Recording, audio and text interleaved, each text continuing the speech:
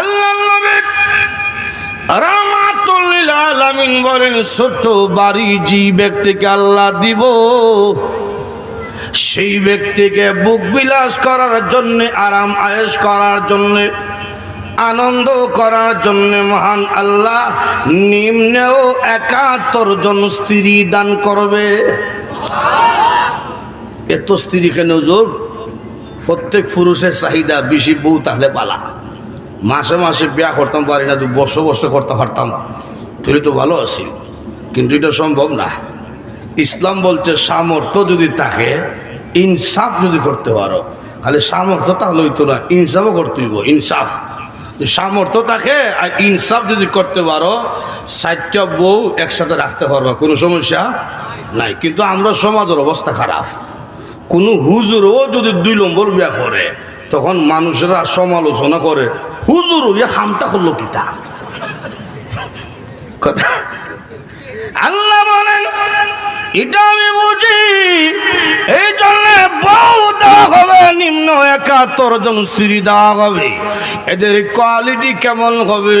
আল্লাহ রাব্বুল আলামিন নিজে বলছেন, আজওয়াজুম মুতাহহারা ওয়া হুম ফিহা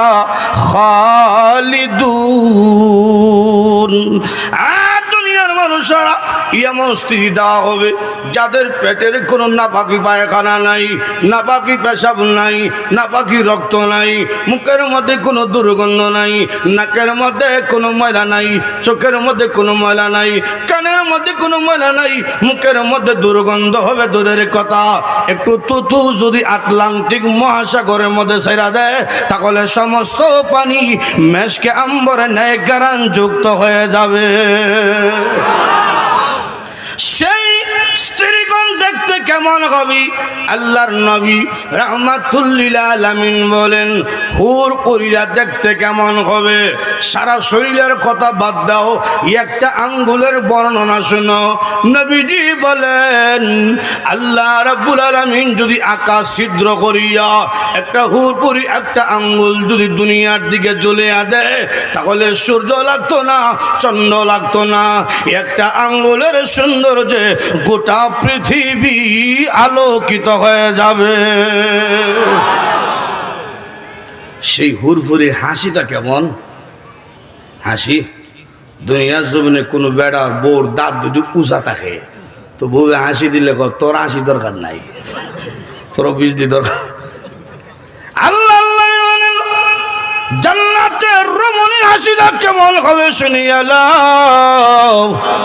আল্লাহ রাব্বুল আলামিন একদিন জিবরাইলকে বলছেন, রে জিবরাইল, জান্নাত তুমি ভ্রমণ করো, আমি আমার বান্দা বান্দির জন্য কি নিয়ামত রাখছি তুমি দেখে আসো। এমনি জিবরাইল বলেন, আমি ঢুকলাম জান্নাতের নিয়ামত দেখার জন্য। নিয়ামত দেখে দেখে আমি যখন বের হব, বের হওয়ার সময় তাকিয়ে দেখি আল্লাহর তৈরি জান্নাত হঠাৎ করে আলোকিত হয়ে গেছে। আমি ভাবলাম মনে হয় এটা আল্লাহ রাব্বুল আলামিনের তাজাল্লি প্রকাশ পেয়েছে। আমি আল্লাহর তাজাল্লি মনে করিয়া সেজদার মধ্যে পড়ে গেছি। যেই মাত্র সেজদার মধ্যে পড়লাম, এমনি শুনি একটা মহিলার কণ্ঠের আওয়াজ শোনা যায়, রে জিবরাইল, এটা আল্লাহর তাজাল্লি নয়, আমি হুর পরি আপনাকে দেখে মুস্কি হাসি দিয়েছিলাম, আমার দাঁত বেরোইছে, দাঁতের আলোতে জান্নাত আলোকিত হয়ে গেছে।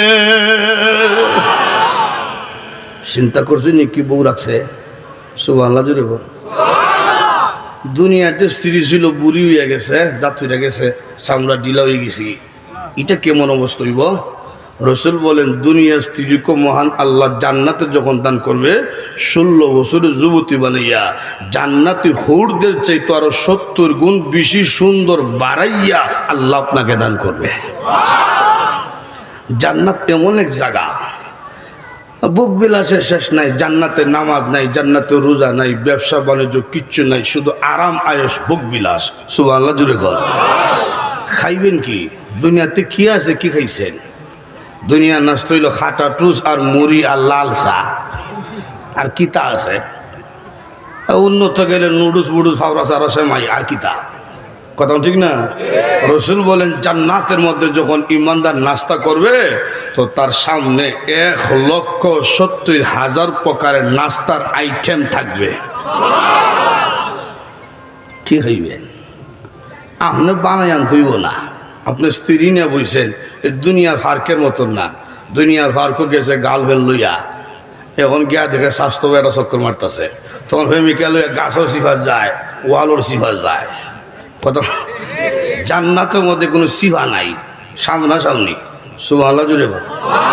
মুত্তাকিনা আলাইহা মুতাকাবিলিন।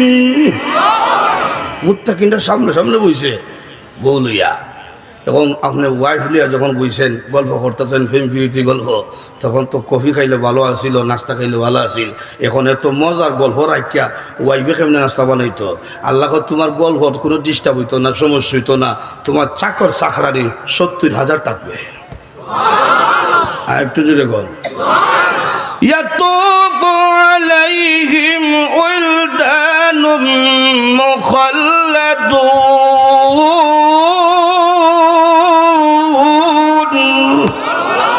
ছোট ছোট বাচ্চাদের মতো খাদিম রাখছি, নিম্ন 70,000, লাগলে আরো দেবো চাকর চাকরানি।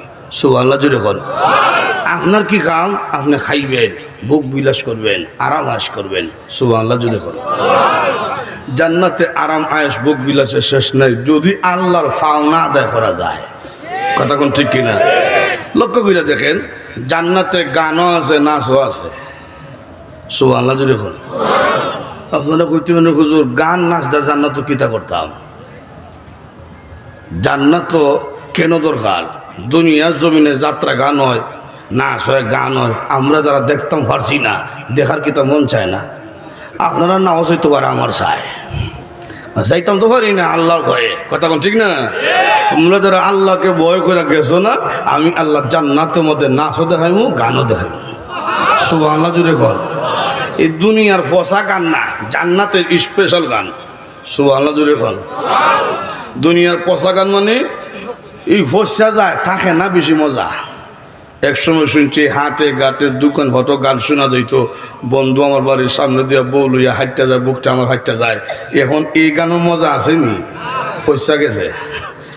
এরপরে শুনলাম চাইলাম যারে ভাইলাম না তারে, এখন এটাও নাই। এরপরে শুনলাম কল্যাবীতে গাইতার হমুদ ধরে, এখন এটাও নাই। এরপরে শুনলাম ফতিরের জায়গা থেকে তোমার আশায়, এখন এটাও নাই। এরপরে শুনলাম মধু হই হই বিষ খাওয়াইলা, এখন এটাও নাই, হুসা গেছে। কথা ঠিক না? বছর 2 বছর আগে একটা গান আইছিল, যেদিকে যায় এদিকে শুনি খাসা বাদাম, এখন এটাও নাই, হুসা গেছে। কথা ঠিক না? রাসূল বলেন জান্নাতের হুরহুরিরা যখন গান গাওয়া শুরু করবে, 1000 বছর চলতেই থাকবে। সুবহানাল্লাহ জুড়ে কর। জান্নাতের গান, এটা আমার কথা না, রাসূল নিজে বলছেন, মিশকাত শরীফ হাদিসে উল্লেখ করেছে।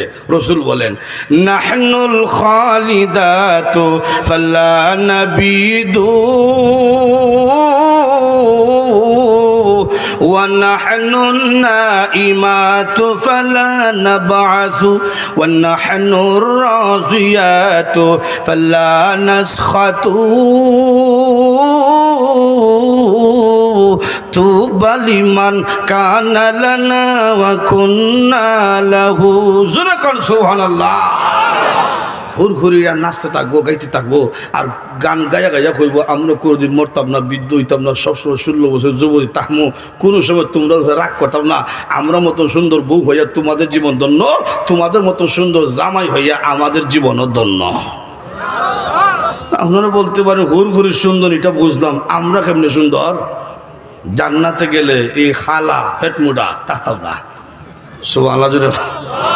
প্রত্যেক পুরুষকে মহান আল্লাহ ইউসুফ পয়গম্বরের মতন সুন্দর চেহারা দান করবে।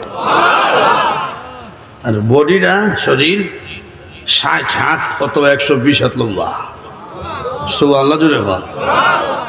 বুকের যে সিনাটা, এটা 7.5 হাত। এত বড় কেন হুজুর? এই বেড়াটা বাড়ি হয়েছে 10টা পৃথিবীর সবার, এই 3.5 তুলে চলবো।